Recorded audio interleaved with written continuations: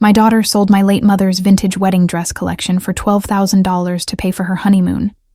When I confronted her, she said, "They're just old fabrics, Mom." I was devastated.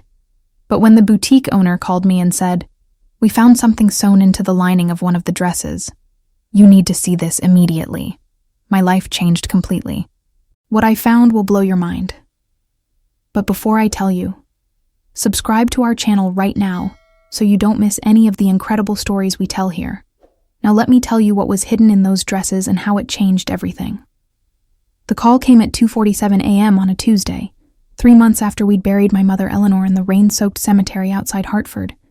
I'd been dreaming of her again. One of those vivid dreams where she felt so real I could smell her lavender perfume and hear the rustle of silk as she moved through her beloved collection room. The sharp ring of my phone shattered that precious illusion, and Derek's voice on the other end was tight with panic. "Claire, I need you to come to Eleanor's house right now. There's been a break-in." My heart hammered against my ribs as I threw on clothes and raced through the empty streets, imagining thieves ransacking my mother's carefully preserved belongings. But when I arrived at the Victorian house that had been Eleanor's sanctuary for 40 years, there were no broken windows, no police cars, no signs of forced entry. Derek stood in the doorway looking pale and shaken, his usually perfect hair disheveled, and his engagement ring to my daughter Melody catching the porch light. "I'm sorry, Claire," he said, his voice cracking with emotion. "I lied about the break-in. But I couldn't figure out how else to tell you what Melody did." The dread that had been building in my chest since the phone call suddenly crystallized into something far worse than theft by strangers. I followed Derek up the narrow staircase to my mother's collection room, each step feeling like walking toward my own execution. The house still smelled like Eleanor. Earl Grey tea and the faint scent of aged fabric that had become as familiar to me as my own skin. She'd spent 35 years turning the largest bedroom into a climate-controlled sanctuary for her vintage wedding dress collection, complete with cedar-lined armoires, museum-quality lighting, and careful humidity controls that had cost more than most people's cars. Each dress had been meticulously catalogued, photographed, and preserved using archival techniques she'd learned from textile conservators at the Smithsonian. The collection wasn't just her hobby, it was her life's work, her scholarly pursuit, her legacy to future generations of women who might one day wear these gowns and feel connected to the brides who had worn them before. Walking into that room had always felt like entering a temple dedicated to love, hope, and the enduring power of dreams made manifest in silk and lace. But as Derek pushed open the door with trembling hands, I saw immediately that the temple had been desecrated. Every armoire stood open and empty, their mahogany interiors barren, except for the lingering scent of lavender sachets and the ghost-like presence of treasures that would never return. The silence in that empty room was deafening, not the peaceful quiet of a space filled with beautiful things, but the hollow echo of irreplaceable loss. 47 wedding dresses spanning 150 years of American fashion history had simply vanished, leaving behind only empty hangers and the devastating knowledge that someone I trusted had violated this sacred space. These weren't just vintage clothing items that could be replaced with enough money and effort. The 1870s bustle gown with its hand-sewn seed pearls had been worn by a woman whose husband died at Gettysburg just 6 months after their wedding. The 1920s beaded flapper dress had belonged to a speakeasy singer who'd defied her family to marry a jazz musician. The 1940s silk creation with tiny covered buttons had crossed the Atlantic with a war bride who'd left everything familiar behind for love. Each dress carried not just beauty, but the dreams, hopes, and stories of the women who had chosen them for the most important day of their lives.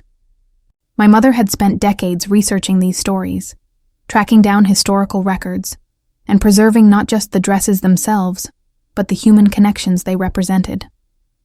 Standing in that empty room, I felt like I was witnessing the destruction of a library, a museum, an irreplaceable archive of women's lives and loves that could never be reconstructed once it was scattered to the winds.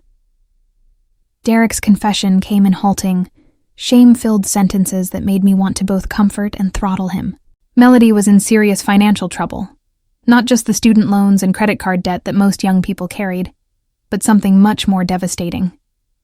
She'd been secretly gambling online for over 2 years, starting with small bets on sports games and escalating to high-stakes poker that had drained her savings, maxed out her credit cards, and left her owing money to people who weren't patient about repayment. The glamorous social media life she'd been projecting was built on borrowed money and lies, and the collection had represented her last chance to get clean before Derek discovered the truth, or worse. She told me she'd inherited some old dresses from Eleanor and wanted to sell them to pay for our honeymoon, Derek said, his voice hollow with the realization of how completely he'd been manipulated. I trusted her completely. I never questioned why she insisted on handling the sale herself, or why she seemed so secretive about the details. I thought she was just being sentimental about letting go of family heirlooms. The picture he painted was of a young woman so desperate and frightened that she'd convinced herself that stealing her grandmother's life work was preferable to confessing her addiction and asking for help. But knowing the reasons behind her betrayal didn't make the loss any less devastating, and it certainly didn't bring back 47 irreplaceable pieces of history. The worst part was realizing how carefully planned and calculated the theft had been. Melody had been visiting Eleanor's house regularly in the months before her death, ostensibly to help with care and companionship during her cancer treatment. But now I understood she'd been cataloging the collection, researching values, and planning her eventual heist with the cold efficiency of a professional thief. She'd even manipulated Eleanor in her final weeks, asking innocent questions about the dresses, histories, and values while holding her grandmother's hand and pretending to care about preserving family legacy. The image of my mother, weak from chemotherapy and trusting in her granddaughter's love, unwittingly providing information that would later be used to strip away her life's work, made me physically ill. Eleanor had died believing that her collection would be preserved and cherished, had spent her last conscious days writing careful notes about each dress's history and care requirements. She'd trusted me to protect her legacy, and she'd trusted Melody to respect and honor the family traditions we'd tried so hard to instill. The betrayal wasn't just against me or against the collection. It was against a dying woman's final wishes and the memory of a love so pure it had sustained her through decades of meticulous preservation work. Derek's attempt to minimize the damage only made everything worse. The woman at the boutique seemed really knowledgeable, he said desperately, as if the buyer's expertise could somehow justify the crime. She promised that the dresses would go to people who would appreciate them and take good care of them. And Melody got $12,000 for the whole collection, which seemed like a lot of money to us. $12,000. That's what 35 years of passion, research, and preservation had been reduced to, enough money to cover Melody's gambling debts for perhaps 6 months before she found herself in the same desperate situation again. I thought about individual pieces in the collection that were worth more than that entire sum. The Civil War-era gown alone had been professionally appraised at $15,000 just 2 years ago, and the 1920s beaded dress was museum quality with documented provenance. Either Melody had been so desperate that she'd accepted the first offer she received, or she'd deliberately sought out a buyer who wouldn't ask too many questions about where such a significant collection had come from. Both possibilities suggested a level of recklessness and moral compromise that I'd never seen in my daughter before, and I wondered how many other lies and deceptions I'd been blind to over the years. Standing in that violated sanctuary, surrounded by empty armoires and broken promises, I felt something crystallize inside me that had nothing to do with anger and everything to do with purpose. Eleanor hadn't just collected these dresses. She'd rescued them from attics and estate sales where they were destined for destruction or disposal. She'd given them new life through careful restoration and preservation, creating a legacy that was meant to survive long after she was gone. Now that legacy had been stolen by my own daughter and sold to the highest bidder, scattered once again to unknown fates and uncaring hands. But Eleanor had been a fighter her entire life. A woman who didn't accept defeat easily, and who taught me that some things are worth fighting for even when the odds seem impossible. As I stood in that empty room, breathing in the faint scent of lavender and loss, I made a promise to my mother's memory and to my own shattered heart. I was going to find every single one of those dresses, and I was going to bring them home where they belonged, no matter what it cost me in money, relationships, or peace of mind. Some legacies are too important to lose without a fight, and some betrayals demand justice even when they come from the people we love most. The confrontation with Melody came at dawn. In the kitchen where I'd fed her breakfast every morning for 18 years before sending her off to school with lunch money and maternal warnings about looking both ways before crossing the street. She sat across from me at the same oak table where we'd done homework, planned birthday parties, and shared countless conversations about her dreams for the future. But the young woman facing me now felt like a stranger wearing my daughter's face. The gambling addiction had left physical marks I'd been too blind to notice. Dark circles under her eyes, a nervous twitch in her left hand, the way she kept checking her phone as if expecting threats or demands for money that never seemed to stop coming. When I placed the police report on the table between us, listing 47 stolen vintage wedding dresses with an estimated value of over $60,000, her facade of confident defiance finally cracked. "You called the police on me," she whispered, her voice breaking with disbelief and hurt. "Mom, I'm your daughter. How could you treat me like a common criminal?" The irony of her words wasn't lost on me. She was asking for special treatment based on our relationship, while simultaneously having violated that same relationship in the most fundamental way possible. But seeing her pain reminded me that underneath the addiction and desperation was still the little girl who used to crawl into my bed during thunderstorms, and I had to fight against the maternal instinct to protect her even from the consequences of her own actions. "Tell me about the gambling," I said quietly, my voice steadier than I felt inside. The confession that followed was like watching a dam burst, releasing years of hidden shame and self-destruction that she'd been carrying alone. It had started innocently enough, a few dollars bet on college basketball games with friends, the thrill of occasionally winning small amounts that made her feel clever and lucky. But online gambling had turned those occasional bets into a daily compulsion, and the sophisticated algorithms designed to keep players engaged had quickly identified her as a vulnerable target. The app sent her personalized bonuses, special offers, and constant reminders that the next bet could be the one that solved all her problems. "I was going to quit after I won back what I'd lost," she said, tears streaming down her face. "I had a system, a plan. I just needed enough money to place bigger bets so I could win big and get out clean. Grandma's dresses were supposed to be my seed money, my way back to even." The logic of addiction was both heartbreaking and infuriating, the belief that the same behavior that had caused the problem could somehow solve it, that one more bet, one more win, one more lie could undo the damage of all the previous ones. The true scope of her financial devastation was staggering. Beyond the $60,000 in student loans and credit card debt I'd known about, she'd taken out private loans, borrowed money from friends, and even used Derek's identity to open new credit accounts without his knowledge. The people she owed money to weren't just credit card companies or banks. Some were connected to underground gambling operations that didn't accept bankruptcy or good intentions as payment. "They know where I work, where Derek works, where we live," she said, her voice shaking with terror. "They've made it very clear what happens to people who don't pay their debts on time." For the first time since discovering the theft, I felt a flicker of the old protective instinct that had defined my motherhood for 24 years. My daughter was in genuine physical danger, trapped between her addiction and violent people who saw her as nothing more than a source of revenue. But even as I wanted to comfort and protect her, I couldn't ignore the fact that she'd chosen to solve her problem by stealing irreplaceable family heirlooms rather than asking for help from people who loved her. The trust between us had been shattered, and I wasn't sure it could ever be fully repaired, even if we managed to resolve the immediate crisis. Derek's role in the situation was more complex than I'd initially understood. He'd been completely unaware of Melody's gambling addiction, but he'd also failed to ask the questions that might have revealed the truth about the dress collection. "She told me your mother had left her some vintage clothing as a specific bequest," he admitted, his face flushed with shame. "And I knew how much you valued the collection. But Melody said Eleanor had always promised that the dresses would go to her granddaughter for her wedding, and that she wanted to sell most of them to start our life together on solid financial ground." The lie was sophisticated and believable, playing on family dynamics and generational expectations that would have made sense to an outsider.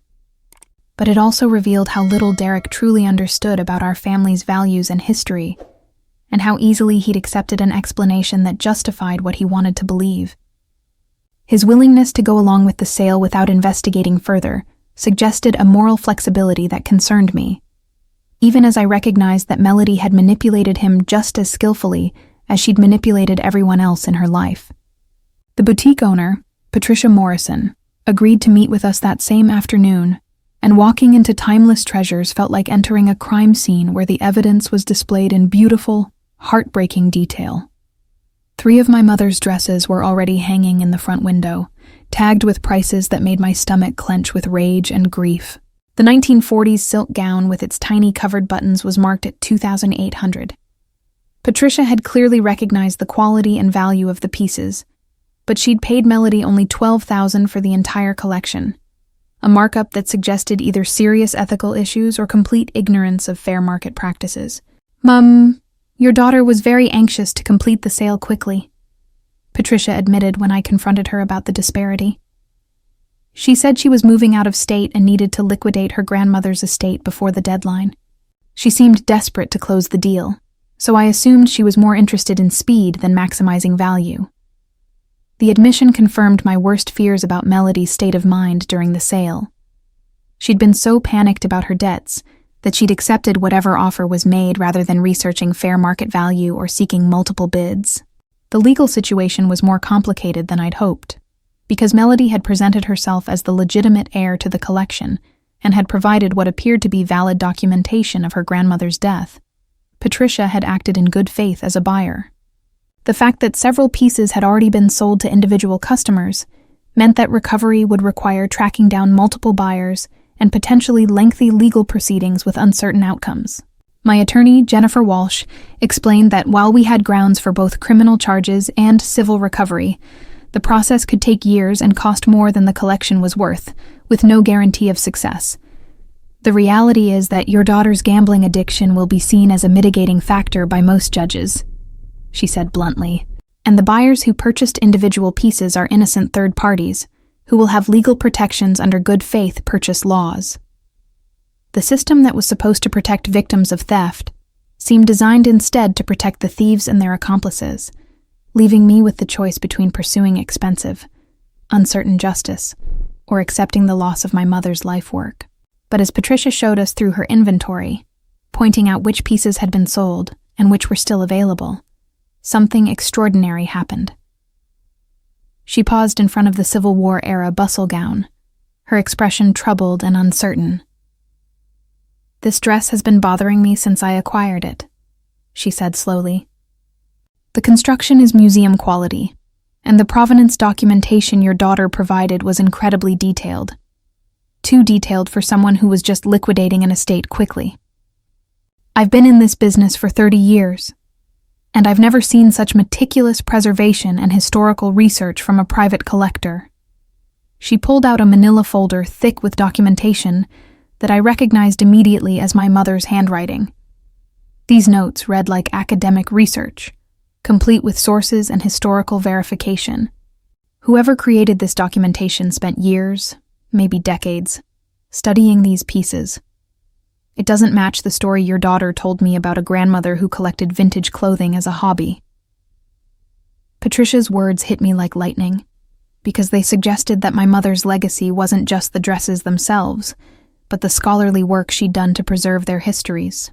And if that documentation still existed, it might provide the evidence we needed to prove that the collection was far more valuable, both financially and historically, than anyone had realized.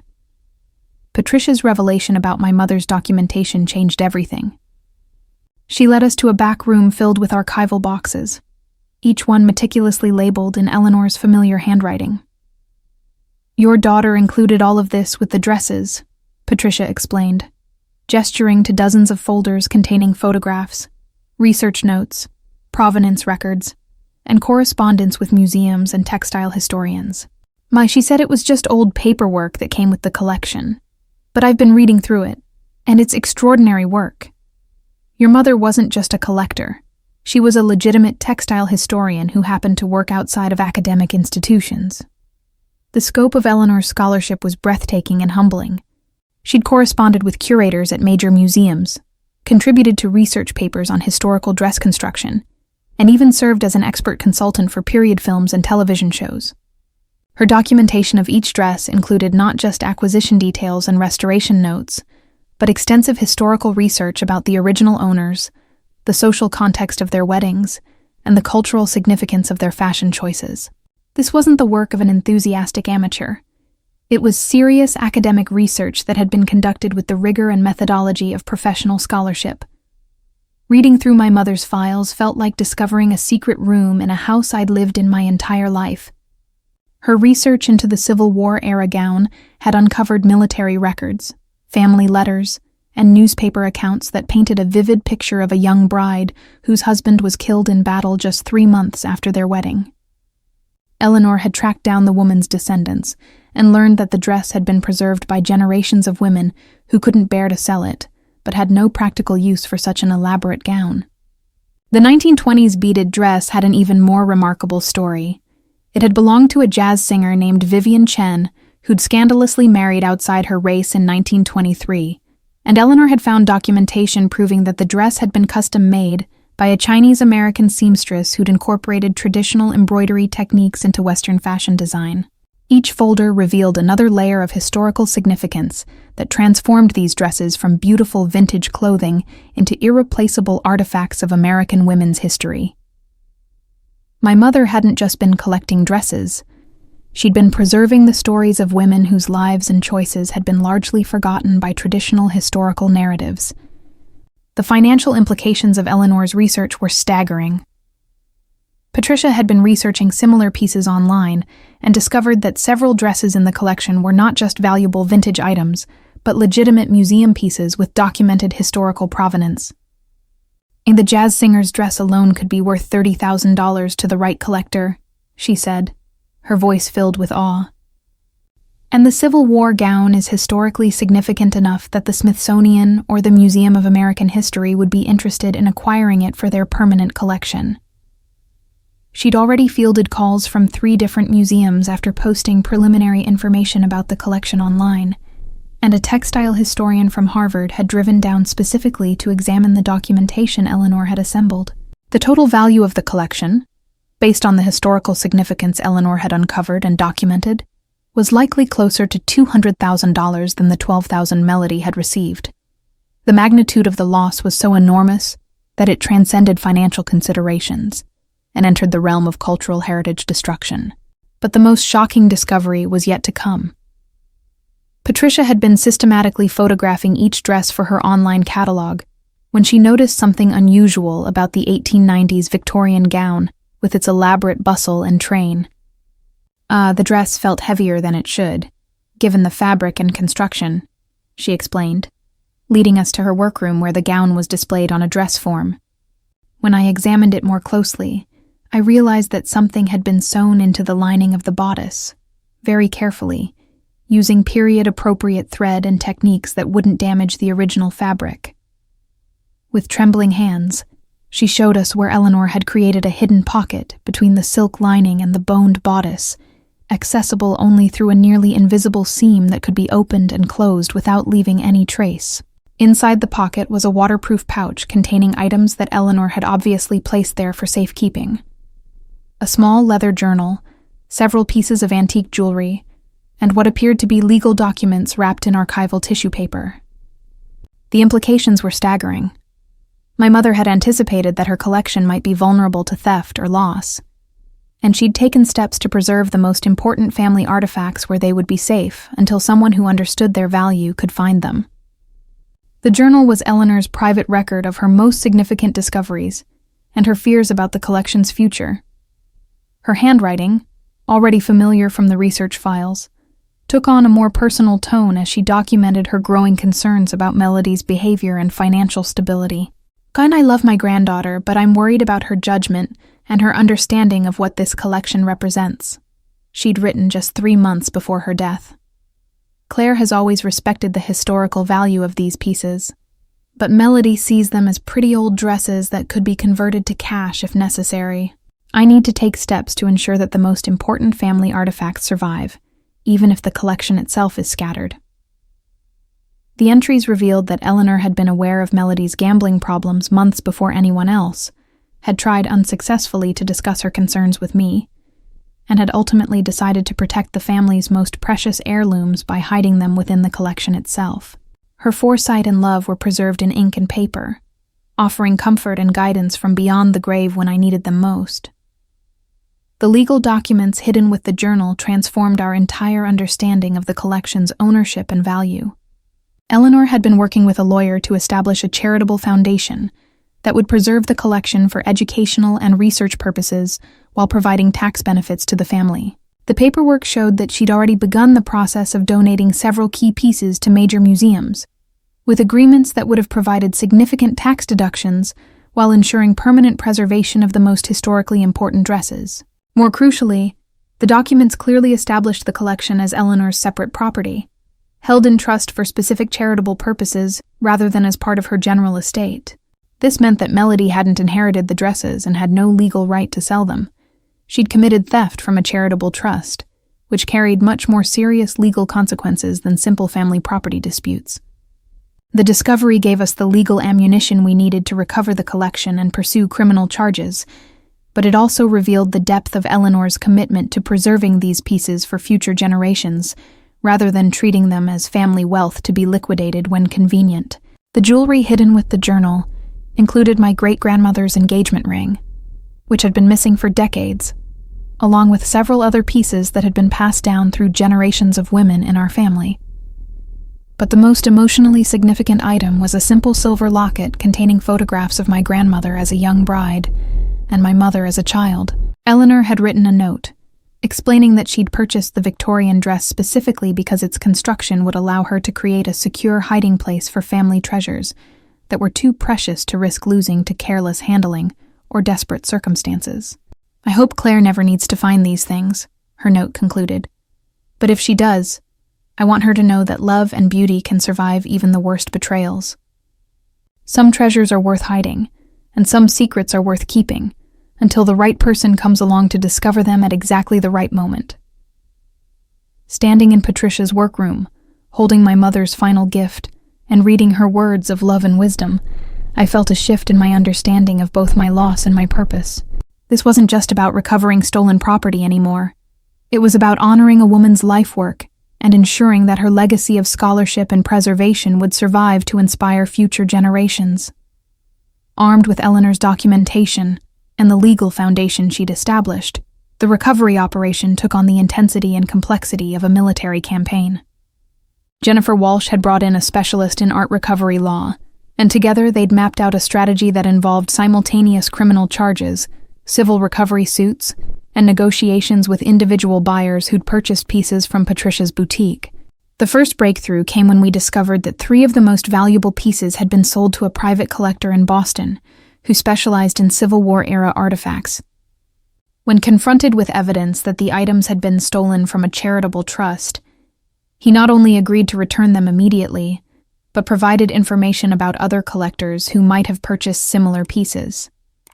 The recovery of the Civil War gown, the jazz singer's beaded dress, and a 1910s Edwardian wedding dress felt like finding pieces of my soul that I'd thought were lost forever, but it also revealed how far the remaining dresses had been scattered and how much work lay ahead.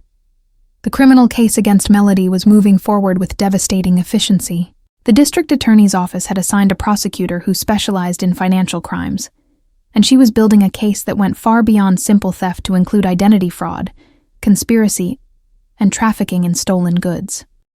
The evidence Eleanor had preserved proved that the collection had significant cultural and historical value, which elevated the charges to felony level, with potential prison sentences that terrified me, even as I knew they were justified. Melody's gambling addiction would be considered a mitigating factor, but the premeditated nature of the theft and the cultural significance of what she'd stolen meant that she was facing real consequences for the first time in her life. Derek had agreed to cooperate with the investigation in exchange for reduced charges, and his testimony revealed the extent to which Melody had manipulated and deceived everyone around her to maintain her gambling habit. The daughter I'd raised seemed to have vanished entirely, replaced by someone capable of lying, stealing, and destroying family relationships without apparent remorse. The psychological evaluation ordered by the court painted a picture of Melody that was both heartbreaking and infuriating. The gambling addiction had completely rewired her brain's reward system, making her incapable of making rational decisions about risk and consequences. She'd been living in a constant state of panic for over 2 years, borrowing money to pay debts, placing larger bets to win back what she'd lost, and lying to everyone she loved to maintain the illusion that everything was under control.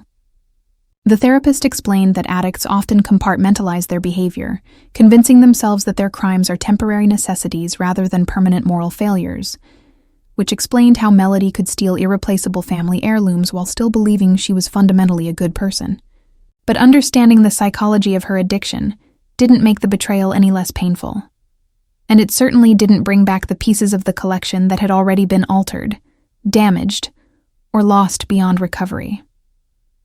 The investigation revealed that Patricia Morrison's business practices were more questionable than she'd initially admitted. She'd made a career of buying estate collections at below-market prices from sellers who were uninformed about their items' true value, then marking them up dramatically for wealthy collectors who could afford to pay premium prices for properly authenticated pieces. Her claim that she'd acted in good faith when purchasing Eleanor's collection was undermined by the evidence that she'd immediately recognized the exceptional quality and historical significance of the pieces, yet had paid only a fraction of their documented value. The state attorney general's office was investigating whether her business model constituted a pattern of exploitation that targeted vulnerable sellers, and several other families had come forward with similar stories of valuable collections sold for far less than their worth. The case was becoming larger than just our family's loss, shining light on an entire industry that profited from other people's ignorance and desperation. The media attention surrounding the case brought unexpected developments that transformed our private family tragedy into a public story about addiction, family betrayal, and the destruction of cultural heritage. A documentary filmmaker contacted us about including Eleanor's story in a project about women historians whose work had been overlooked by academic institutions, and several museums expressed interest in mounting exhibitions that would honor her scholarship while raising awareness about the importance of preserving private collections. The attention also brought forward people who'd purchased pieces from the collection and were willing to return them once they understood the full story of how they'd been stolen. But the publicity also attracted attention from Melody's creditors, who saw the media coverage as an opportunity to pressure our family for payment of her outstanding debts. The people she owed money to weren't interested in her addiction or rehabilitation. They wanted payment, and they made it clear that they would pursue anyone connected to her until they received what they were owed. The emotional toll of the recovery process was almost unbearable. Each returned dress felt like a small miracle, a piece of my mother's legacy rescued from destruction. But each success also highlighted how much had been lost and how much damage had been done to our family. Melody remained defiant and unrepentant, insisting that she'd had every right to sell what she considered her inheritance, and that my pursuit of criminal charges was motivated by grief-driven vindictiveness rather than genuine concern for justice. Her inability to understand the cultural and emotional significance of what she'd stolen was perhaps the most heartbreaking aspect of the entire situation, because it revealed how completely I'd failed to instill in her the values that had been central to our family for generations. The daughter who'd grown up surrounded by these beautiful dresses, who'd heard their stories and understood their historical importance, had somehow become someone who could reduce them to mere commodities to be liquidated when convenient. The breakthrough that changed everything came from an unexpected source. A graduate student at Yale who was writing her dissertation on the intersection of fashion and immigration history had been following our case and recognized several pieces from Eleanor's collection that were being offered for sale by private dealers in New York and Philadelphia. Her research into the provenance of historical garments had given her expertise in tracking pieces through the secondary market, and she volunteered to help us identify and locate the remaining dresses in exchange for access to Eleanor's research files for her academic work. Working with her, we discovered that the collection had been broken up and sold through a network of dealers who specialized in high-end vintage clothing, with pieces ending up in private collections across the country and even internationally. The scale of the distribution was overwhelming, but it also provided opportunities for recovery that we hadn't previously considered. Some buyers were willing to return pieces once they learned about the circumstances of the theft, while others negotiated sales back to us at cost rather than keeping items they now knew to be stolen property. 8 months after discovering the theft, we'd managed to recover 31 of the 47 stolen dresses, along with most of Eleanor's research documentation and the hidden family treasures she'd preserved for safekeeping. The remaining 16 pieces were either lost beyond recovery, significantly altered by new owners, or held by collectors who refused to return them despite clear evidence of their stolen status. The Smithsonian had agreed to mount a special exhibition featuring the recovered collection sewn, with Eleanor's scholarship receiving full academic credit for the historical research that made the display possible. Standing in the museum's conservation lab, watching world-class textile experts carefully examine and preserve my mother's life work, I felt a complex mixture of grief, pride, and hard-won peace. The collection would never be complete again, and our family would never be the same. But Eleanor's legacy of scholarship and preservation had not only survived, but had been elevated to the recognition it had always deserved. The exhibition would reach millions of visitors over the coming years, sharing the stories of the women who'd worn these dresses, and honoring my mother's dedication to preserving their memory for future generations. The legal resolution brought justice but little satisfaction.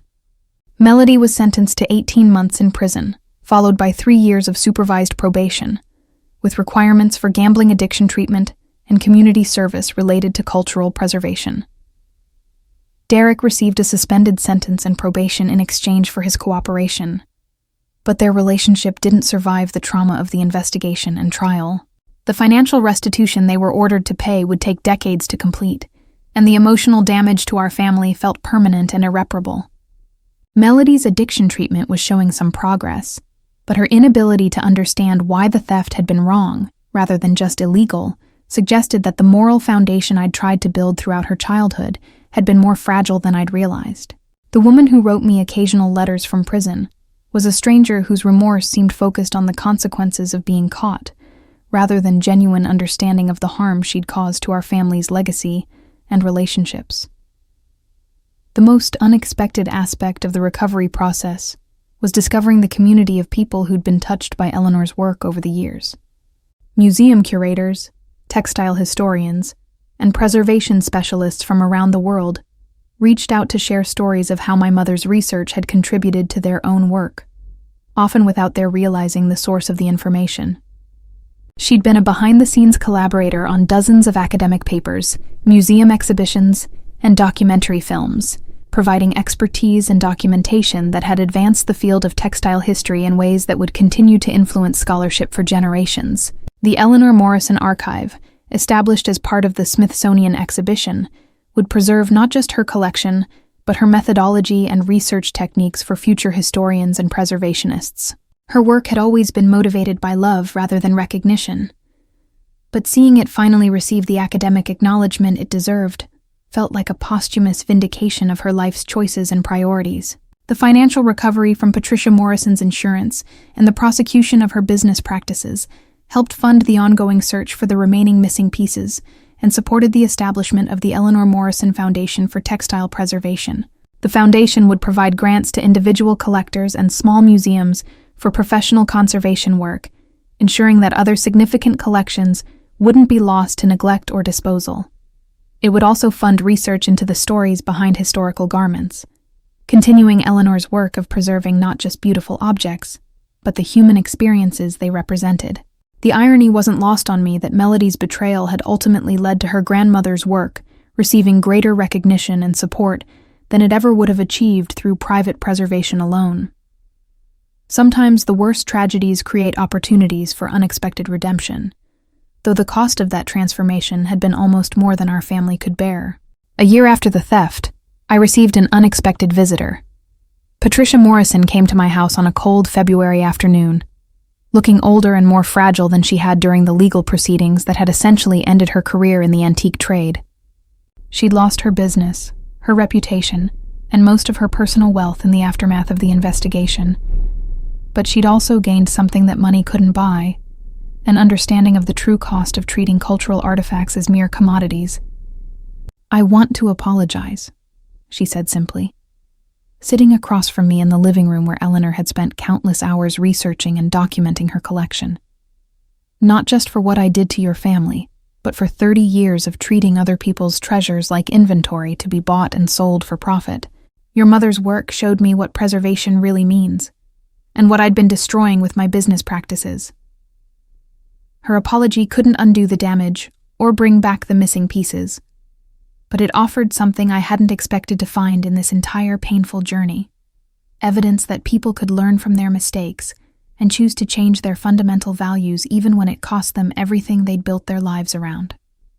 The final pieces of the puzzle came together on the second anniversary of Eleanor's death. The graduate student who'd helped us track down missing dresses had completed her dissertation, which featured Eleanor's collection as a central case study in the importance of private preservation efforts in maintaining cultural heritage. Her academic advisor had arranged for the research to be published as a book, with all proceeds going to the Eleanor Morrison Foundation. More importantly, her work had identified 3 more missing dresses in private collections, and the owners had agreed to donate them to the Smithsonian exhibition in exchange for tax benefits and public recognition of their contribution to historical preservation. Standing in the museum gallery on the opening night of the exhibition, surrounded by the familiar sight of Eleanor's beloved dresses displayed with the dignity and respect they'd always deserved, I felt my mother's presence more strongly than at any time since her death. She would have been overwhelmed with joy to see her work receiving such recognition. But more than that, she would have been proud that her collection was continuing to teach and inspire long after she was gone. The letter from Melody came on Mother's Day, 2 years after her sentencing. Her handwriting was the same careful script I'd tried so hard to teach her as a child, but the words revealed a maturity and understanding that I'd almost given up hoping to see. I've been reading about the exhibition and the foundation, and for the first time I think I understand what I really stole from our family, she wrote. Yeah, it wasn't just valuable dresses. It was Grandma's life work, your inheritance of her passion, and the connection between our past and our future. I can't undo what I did, and I know that sorry isn't enough to repair the damage. But I want you to know that I'm finally learning to see the difference between the price of something and its true value. The addiction counselor says that making amends isn't about earning forgiveness, but about taking responsibility for harm caused and committing to different choices going forward. I may never be the daughter you raised me to be, but I'm trying to become someone who understands why preserving beautiful things matters more than converting them to cash. The letter didn't heal all the wounds or restore all the trust, but it offered something I'd thought was lost forever. Hope that the values Eleanor and I had tried to instill might eventually take root, even in the most unlikely soil. Some redemptions take longer than others, and some relationships require rebuilding from foundations that have been completely destroyed. But love, like the carefully preserved dresses in my mother's collection, can survive almost anything if someone is willing to tend it with patience, dedication, and faith in its enduring value. So, what did you think of this story? I get emotional every time I tell a story like this, because it shows how the most precious things in our lives don't always have to do with money, right? Eleanor's legacy, a mother's love, the pain of betrayal. These are feelings we've all experienced in some way. Tell me in the comments. Have you ever experienced a similar situation in your family? Subscribe to the channel if you haven't already. I bring you new stories every week. And look, there's a new video waiting for you. It's another incredible story that I'm sure you'll enjoy. Click through, and I'll see you on the other side. See you next time.